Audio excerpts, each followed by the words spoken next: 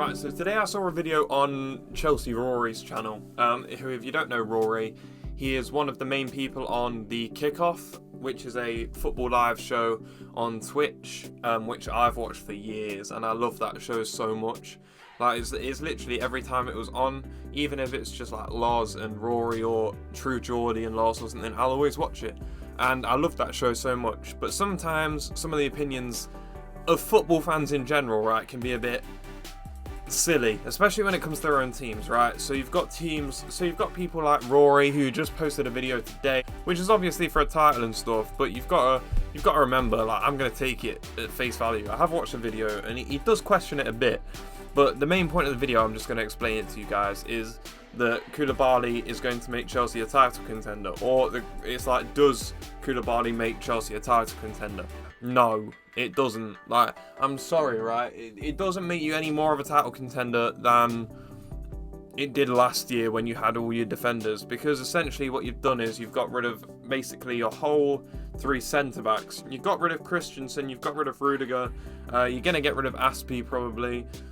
So you need these defenders coming in. So they brought Sterling in, you've brought Koulibaly in, they're on about bringing Nathan Ake in. They're bringing some good players in, but Koulibaly does not make you a title contender. Like, people are talking about, oh, he's so good, and people have wanted him for so long. Italian defenders don't translate always the best to Premier League. I know in this video, right, they were saying Italy is the school for defenders. It's really not that good.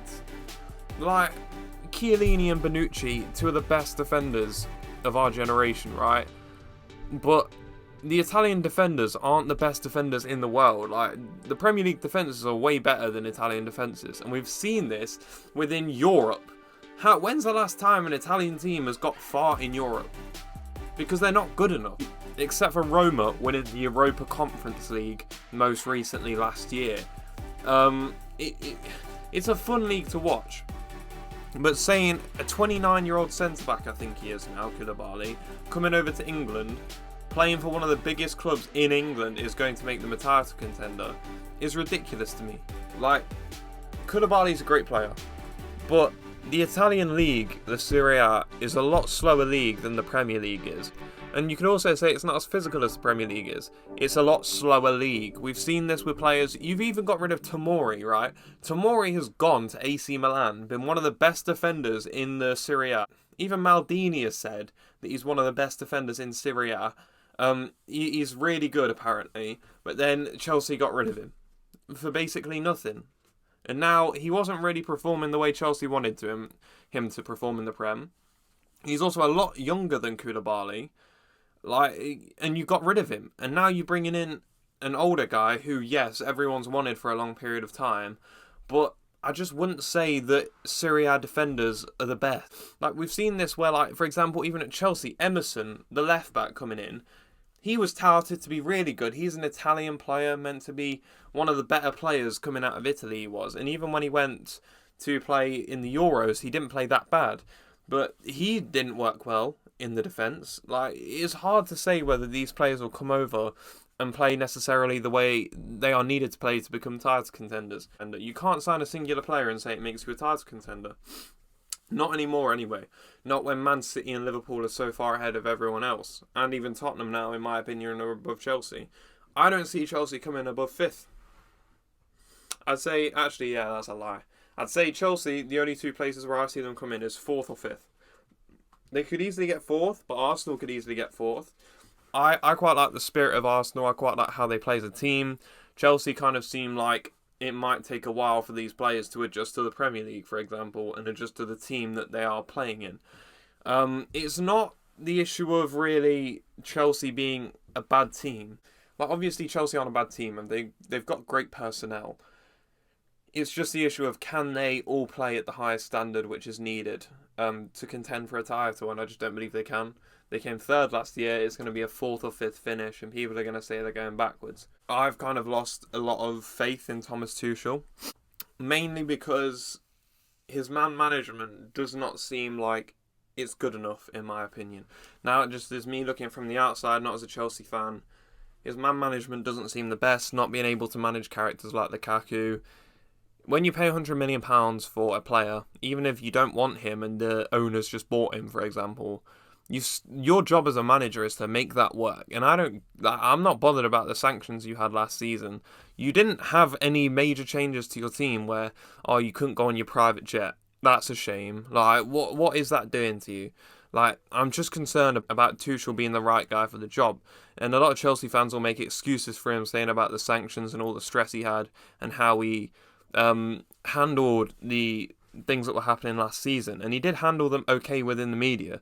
But I've got an issue of at every club he's been to, he's had issues with players, and that isn't the kind of manager you really want. Now, I've seen it firsthand at Leicester, where if you have an issue with a player, it's not going to go well. It's like, in my opinion, Brendan Rodgers doesn't like Iheanacho. I love Iheanacho, and I love watching Iheanacho play.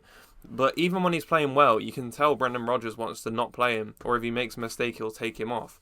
But I just don't see how signing Koulibaly makes them a title contender. Like, Chelsea are nowhere near, right? I don't think they're anywhere near. They don't have a recognised striker. It's not like Man City where they've got other players around that will score goals. They really struggled scoring goals last season. And even Man City, sometimes last season Man City didn't score the right amount of goals every single game. They struggled a bit in certain games, but they got through it because they've got like Kevin De Bruyne, Mahrez, Grealish, Foden. They don't really need that recognised striker, but all Chelsea have got now is Havertz and Sterling. You've got Mason Mount who can contribute, but it's hard to see where the goals are coming from. Like, before the fullbacks got injured, they were their best players, and that's an issue when they're your top scorers when they're playing. And I just don't like Chelsea's chances of being a title contender. I don't think they get third. Like, I actually believe Tottenham will come above them, and that's because Conte is a better manager than Tuchel, and Conte will use the players that he has better, and they're more suited to him. I don't know where Koulibaly's going to play in the centre backs, if they're even going to play three at the back, or what they're really going to do with that situation. But I just worry about how Chelsea are going to turn out, because a lot of people like Rory, for example, might be saying Chelsea are going to be title contenders. That may be true, and they may be at the start. I just believe they don't have the depth in their squad anymore to push for a title, especially in their defence. They don't have any real depth, in my opinion. And their midfield's ageing. It seems like a squad that's going a bit downhill. It's looking hard for me to see where they're going to challenge and what aspects of their team are better than anyone else's. For example, I don't think they're a better team than Tottenham. I don't think they're a better team than Man City, and they're definitely not a better team than Liverpool. It's impossible for them to challenge. And if they come third, I would even be surprised then. Like, I'd be surprised if that team came third. And that is probably a statement which Chelsea fans won't like, but I can't see them coming third. Like it's just not feasible for that team to finish third with the amount of depth they have, which isn't great, especially when you've got like Ross Barkley coming off the bench, Ruben Loftus-Cheek. It's not a good team anymore. It's aging, and they've got the names, but they don't have the players that perform the way they should. For example, Hudson-Odoi, a very good talent, but he doesn't get the minutes and he doesn't play enough. Should you just sell him at that point, or what would you do? It's hard to see where it goes, but I honestly believe Chelsea come 4th or 5th this season. And a lot of people might disagree, but if you do want to leave your opinion in the comments, you can. I'd really appreciate the like, subscribe, and the interaction as well. If you don't agree with me, let me know why in the comments, but I'm just speaking my mind. I saw that video today and I just thought I'd make an opinion on why Chelsea aren't title contenders to me, and I don't think they're really anywhere near being title contenders, not even being close to Liverpool or City. It's just looking like they're way behind with aging players and signing players from the Serie A, which we're not sure whether they'll perform to the level which is needed to be the best team in the whole of the Prem.